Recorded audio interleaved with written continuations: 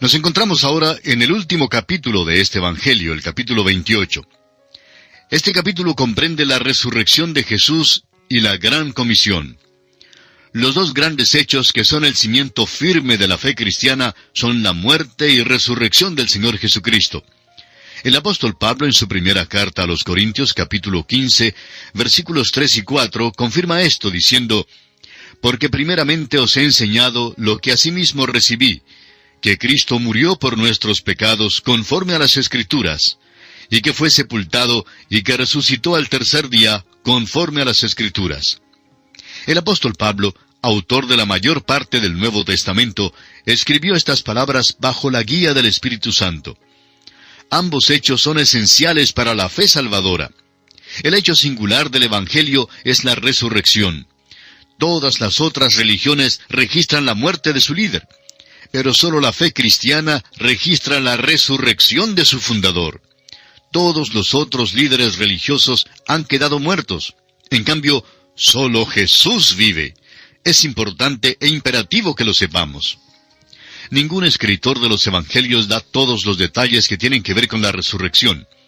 Cada uno cuenta aquel aspecto de la resurrección que contribuye al adelanto del propósito específico que el Espíritu Santo tenía en consideración. Por eso, los 4 Evangelios presentan un cuadro de varios componentes.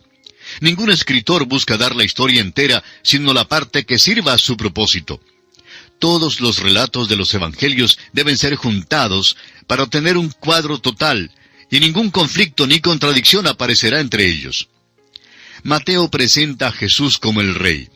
Él da lo más notable de la historia de la resurrección, o sea, lo que contiene el elemento de lo espectacular y sensacional.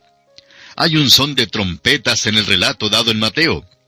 En Mateo, por ejemplo, hay el terremoto, el descenso del ángel, la piedra quitada, los guardias, y el esfuerzo de los príncipes religiosos por encubrir el hecho del sepulcro vacío. Compare usted el relato de Lucas, por ejemplo. Hay una quietud y un tono sumiso que caracteriza el propósito de Lucas. Las mujeres llegan en la tranquilidad de la madrugada y encuentran que la piedra ya había sido removida. El Señor Jesús aparece sin ser reconocido por los discípulos en el camino oscuro a Emaús, y luego a los discípulos en un cuarto secreto de una casa cuya dirección no es conocida. Lucas cuenta la historia humana. Mateo, por su parte, presenta a Cristo en su oficio majestuoso. Ambas historias son exactas, así como lo son las historias de todos los 4 evangelios, pero son presentadas desde 4 puntos de vista diferentes. La Gran Comisión en Mateo ha sido una fuente de controversia entre 2 grupos extremos en la Iglesia. Un grupo cree que la llamada Gran Comisión contiene el único mandamiento para la Iglesia. Otros creen que la Gran Comisión no tiene significado para el día de hoy y que debe ser excluida del programa de la Iglesia. Ambos puntos de vista extremos nos parecen igualmente incorrectos. Hemos tratado de enseñar que el Evangelio según San Mateo tiene una aplicación directa para nosotros y, por tanto, la Gran Comisión tiene una aplicación para nosotros hoy en día. Eso no quiere decir, sin embargo, que no encontremos un significado final y más lleno en el futuro. También es obvio que Mateo no dio la historia completa de la resurrección ni nos dio toda la comisión. La comisión en el Evangelio según San Mateo debe ser considerada con Hechos, capítulo 1, versículo 8, tanto como con los otros 3 evangelios. Todos estos dan un mandamiento completo, tanto para el presente día como para el futuro. Hay una palabra final de introducción que debe ser mencionada al llegar a este capítulo final. En el Evangelio según Mateo, encontramos la Gran Comisión, pero no es la comisión sino la omisión la que es impresionante. No se menciona la ascensión en el Evangelio según San Mateo. El reino es asociado e identificado con esta tierra. Es el reino de los cielos en la tierra. El rey pertenece a la tierra. Leamos entonces el primer versículo de este capítulo 28 de Mateo. Pasado el día de reposo, al amanecer del primer día de la semana, vinieron María Magdalena y la otra María a ver el sepulcro. Hay una sugerencia pertinente aquí en la declaración, pasado el día de reposo, al amanecer del primer día de la semana. Y es que la dispensación vieja de la ley estaba moribunda, y que el nuevo día de la gracia estaba comenzando. Jesús estaba muerto en el día de reposo, pero estaba vivo en el primer día de la semana. Nosotros estamos muertos a la ley, pero vivos a Cristo. El día de reposo pertenece al viejo orden. El primer día pertenece al nuevo día. Ahora es difícil identificar a la otra María que se menciona aquí en este versículo. La tradición declara que ella era la madre de Jacobo y José. Leamos entonces el versículo 2.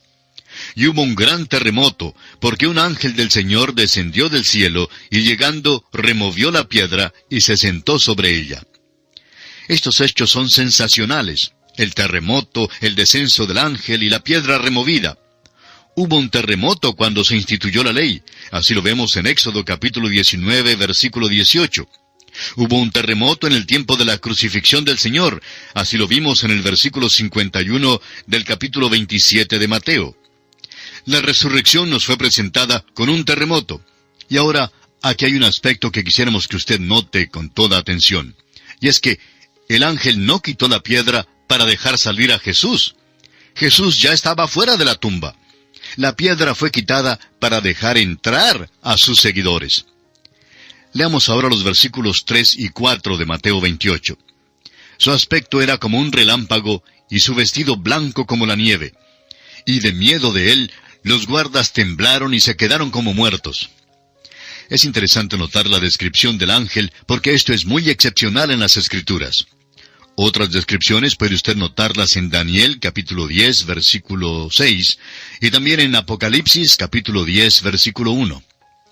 Leamos ahora los versículos 5 al 7 de Mateo 28. Mas el ángel, respondiendo, dijo a las mujeres, No temáis vosotras, porque yo sé que buscáis a Jesús el que fue crucificado. No está aquí, pues ha resucitado como dijo.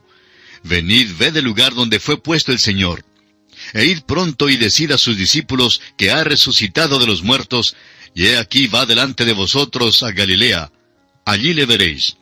He aquí os lo he dicho. Cuando lo sobrenatural toca lo natural, siempre es con una palabra para aliviar el temor. Por tanto, el ángel dijo, No temáis. El ángel dio el divino anuncio de la resurrección.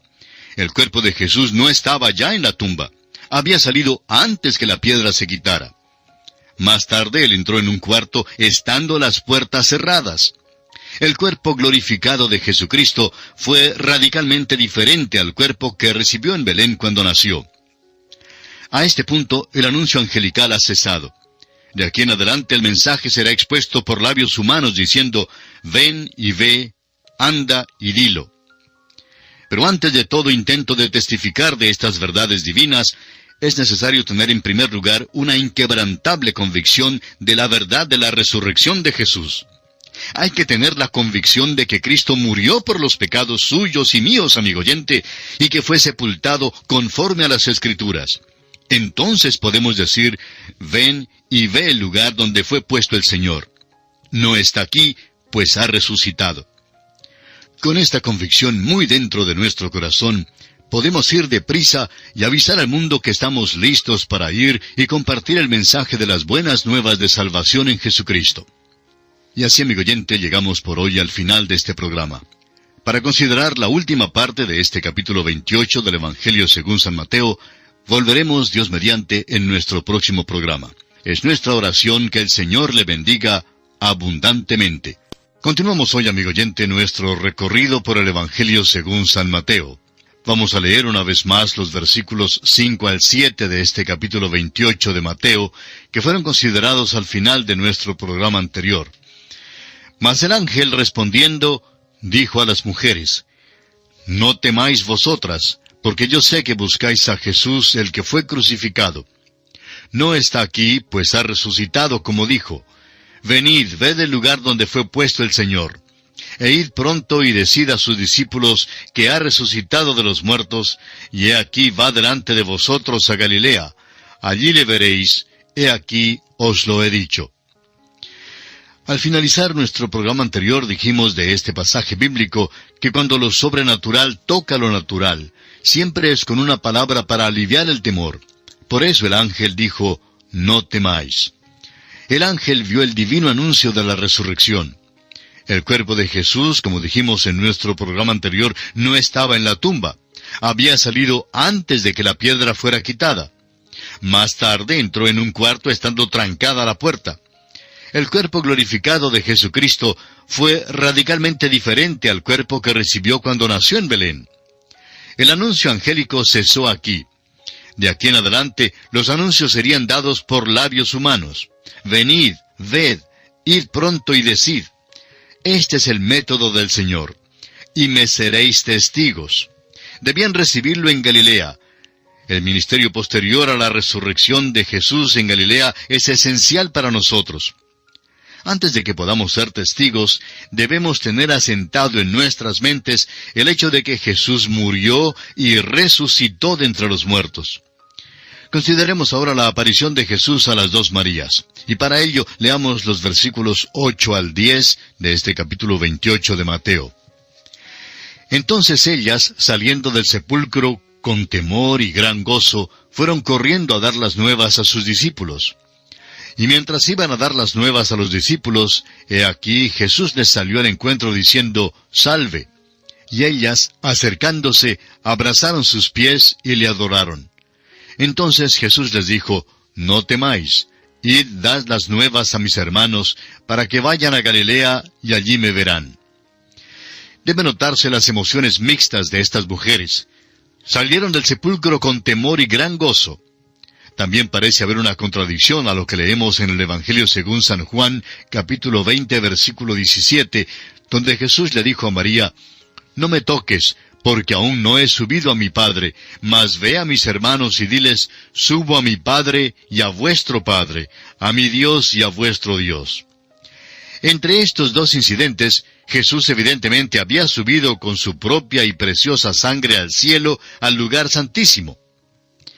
Leamos ahora los versículos 11 hasta el 15 de este capítulo 28 de Mateo. Mientras ellas iban, he aquí unos de la guardia fueron a la ciudad y dieron aviso a los principales sacerdotes de todas las cosas que habían acontecido. Y reunidos con los ancianos, y habido consejo, dieron mucho dinero a los soldados, diciendo, «Decid vosotros, sus discípulos vinieron de noche y lo hurtaron, estando nosotros dormidos. Y si esto lo oyera el gobernador, nosotros le persuadiremos y os pondremos a salvo». Y ellos, tomando el dinero, hicieron como se les había instruido. Este dicho se ha divulgado entre los judíos hasta el día de hoy. La guardia tuvo que dar un informe de lo que sucedió. Pudieron haber sido muertos por dejar desaparecer ante su presencia el cuerpo de Jesús. Eso requirió una reunión apresurada de los ancianos para buscar alguna disculpa si es que querían rechazar los hechos. Decir que estuvieron dormidos cuando se desapareció el cuerpo era algo enteramente absurdo. ¿Qué pasaría a cualquier centinela que se durmiera en su puesto? Pues sería sumariamente ejecutado.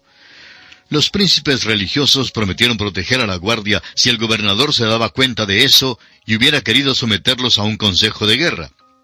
Un soborno, pues, ayudó a persuadirlos a ofrecer esta débil disculpa. Esta fue la disculpa del primer siglo para dar una explicación sobre la resurrección. La incredulidad ya ha tenido 19 siglos para reflexionarla, pero hoy en día existen otras disculpas. Ninguna de ellas, sin embargo, ha sido ofrecida todavía para explicar la evidencia documental. Y ahora pasamos al último aspecto que se considera en este Evangelio según San Mateo, y es el aspecto de la Gran Comisión. Leamos los versículos 16 al 20 de este capítulo 28 del Evangelio de Mateo. Pero los 11 discípulos se fueron a Galilea, al monte donde Jesús les había ordenado. Y cuando le vieron, le adoraron, pero algunos dudaban. Y Jesús se acercó y les habló diciendo, «Toda potestad me es dada en el cielo y en la tierra. Por tanto, id y haced discípulos a todas las naciones, bautizándolos en el nombre del Padre, y del Hijo, y del Espíritu Santo, enseñándoles que guarden todas las cosas que os he mandado. Y he aquí yo estoy con vosotros todos los días, hasta el fin del mundo. Amén». La Gran Comisión fue dada desde la cumbre de un monte, como fueron dados también el Sermón del Monte y el discurso del Monte de los Olivos. Hay una relación estrecha entre estos tres discursos, y también hay en ellos una aplicación para nosotros en el día de hoy. Es interesante notar cuál imparcial es Mateo. Da un relato razonable que no es influenciado por algún éxtasis ni por algún celo fanático. Los versículos 18 al 20 forman lo que conocemos como la Gran Comisión. El versículo 18 dice, «Y Jesús se acercó y les habló diciendo, Toda potestad me es dada en el cielo y en la tierra». Con certeza este versículo es para nosotros hoy en día. El apóstol Pablo en su carta a los Efesios, capítulo 1, versículos 19 al 22, declara, «Y cuál la superiminente grandeza de su poder para con nosotros los que creemos, según la operación del poder de su fuerza, la cual operó en Cristo, resucitándole de los muertos y sentándole a su diestra en los lugares celestiales, sobre todo principado y autoridad y poder y señorío, y sobre todo nombre que se nombra, no solo en este siglo, sino también en el venidero. Y sometió todas las cosas bajo sus pies, y lo dio por cabeza sobre todas las cosas a la iglesia». También en su carta a los Filipenses, capítulo 4, versículo 13, el mismo apóstol Pablo dice, «Todo lo puedo en Cristo que me fortalece». Ahora el versículo 19 del capítulo 28 de Mateo es la parte espinosa o difícil que muchas personas no aceptan, creyendo que no tiene aplicación para el día de hoy.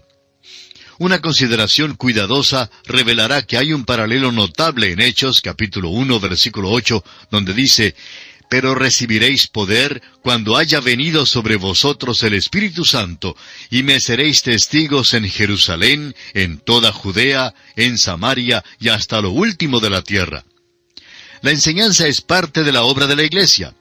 El bautismo de agua en el nombre de la Trinidad ha sido practicado por la Iglesia desde el principio. Aún el apóstol Pablo, quien no fue enviado para bautizar, practicó este rito de la Iglesia primitiva. En su primera carta a los Corintios, capítulo 1, versículos 14 al 16, dice el apóstol Pablo, «Doy gracias a Dios de que a ninguno de vosotros he bautizado, sino a Crispo y a Gallo, para que ninguno diga que fuisteis bautizados en mi nombre. También bauticé a la familia de Estéfanas. De los demás, no sé si he bautizado a algún otro». La única razón por la cual el apóstol Pablo dio gracias de que no había bautizado a ninguno, sino a aquellos que son mencionados, fue el hecho de que algunos pudieran pensar que bautizó en su propio nombre y no en el nombre de la Trinidad. Esta práctica fue adoptada desde muy temprano. Evidentemente los primeros discípulos lo entendieron que era igual para aquel día. La enseñanza de Jesús no solo se halla en los evangelios, sino también en las epístolas. Un ejemplo se encuentra en la primera epístola del apóstol Pablo a los Tesalonicenses, capítulo 4, versículo 2, donde leemos, «Porque ya sabéis qué instrucciones os dimos por el Señor Jesús». Volviendo ahora al capítulo 28 del Evangelio según San Mateo, encontramos que el versículo 20 no habla en cuanto al fin del mundo, sino al fin de la edad. Esta comisión continuará hasta el tiempo cuando venga el Señor para establecer su reino. Estas son las órdenes finales del Rey. No las tratemos, pues, con ligereza, sin seriedad.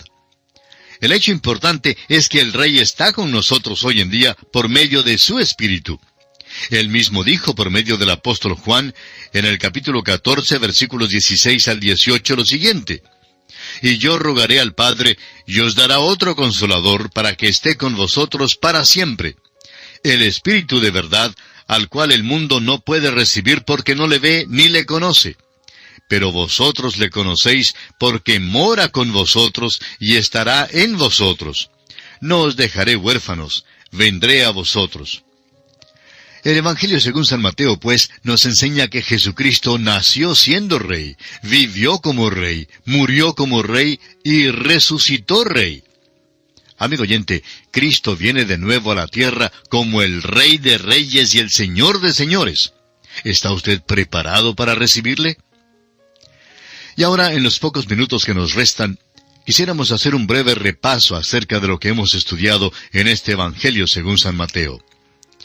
El capítulo 1 nos presentó la genealogía de Jesucristo y la historia del nacimiento virginal de Jesús.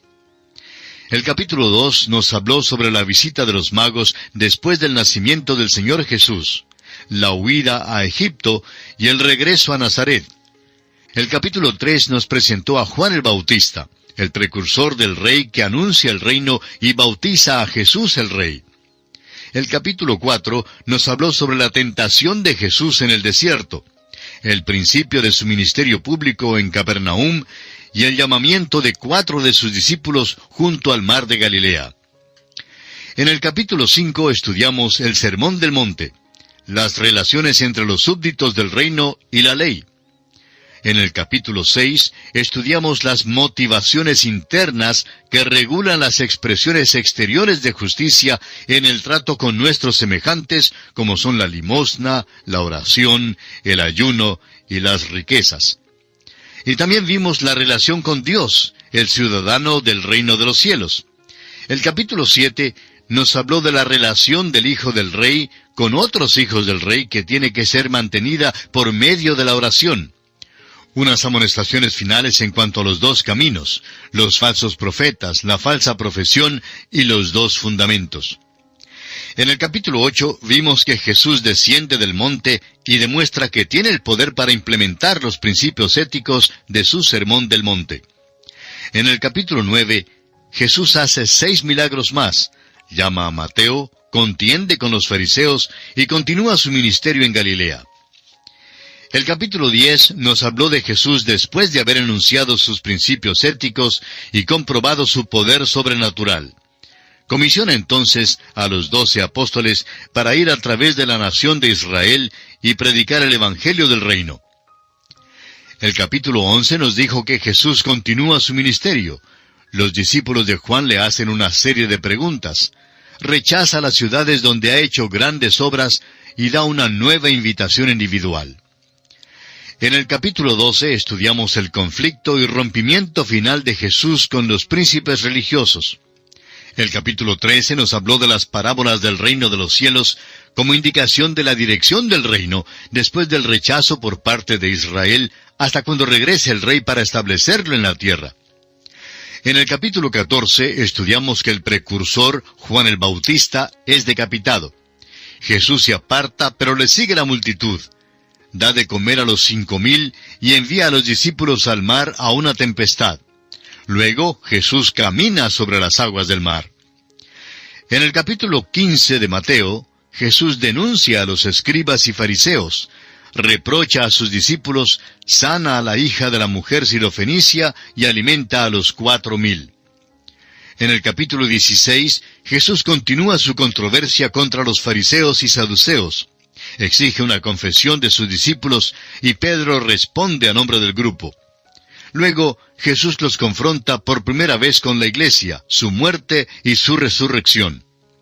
En el capítulo 17 encontramos la transfiguración de Jesús, el muchacho poseído del demonio, y los discípulos sin fe. Y también el pago de Jesús del impuesto del templo haciendo un milagro. El capítulo 18 nos presenta al niño pequeño, la oveja perdida, la conducta de la iglesia venidera y la parábola con respecto al perdón. En el capítulo 19 encontramos que Jesús entra en Judea, proclama la norma de Dios para el matrimonio, presenta el único motivo lícito para el divorcio, bendice a los niños, se encuentra con un joven rico y nombra las recompensas de sus apóstoles en el reino venidero. El capítulo 20 nos presenta la parábola de los obreros de la viña. Jesús da el 4º y 5º anuncio de su muerte venidera, mientras la madre de Jacobo y Juan pide el puesto a la derecha y a la izquierda para sus hijos. Y finalmente, Jesús da vista a 2 ciegos a orillas del camino. En el capítulo 21 vimos que Jesús entra oficialmente en Jerusalén, purifica el templo, maldice la higuera, es desafiado por los principales sacerdotes y ancianos, los condena por medio de las parábolas de los 2 hijos y de los labradores malvados. Ahora, en el capítulo 22, vimos que Jesús da la parábola del banquete de bodas para el hijo del rey. Contesta y hace callar a los herodianos, a los saduceos y a los fariseos. En el capítulo 23, Jesús advierte a la multitud en cuanto a los escribas y los fariseos, pronuncia los ayes sobre los escribas y los fariseos y llora sobre Jerusalén. En el capítulo 24 Los discípulos le hacen 3 preguntas a Jesús y él contesta 2 de ellas con respecto a la señal del fin de la edad y la señal de su venida.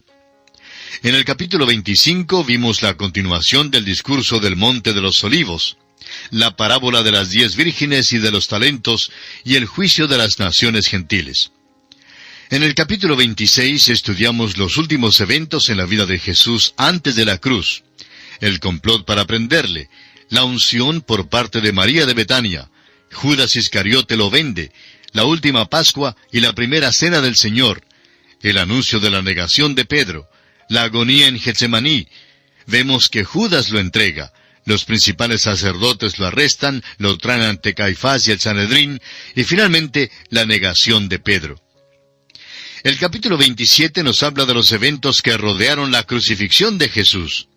El Sanedrín le entrega a Pilato, el arrepentimiento de Judas, el juicio ante Pilato, la liberación de Barrabás, la crucifixión, muerte y sepultura de Jesús puesta bajo guardia.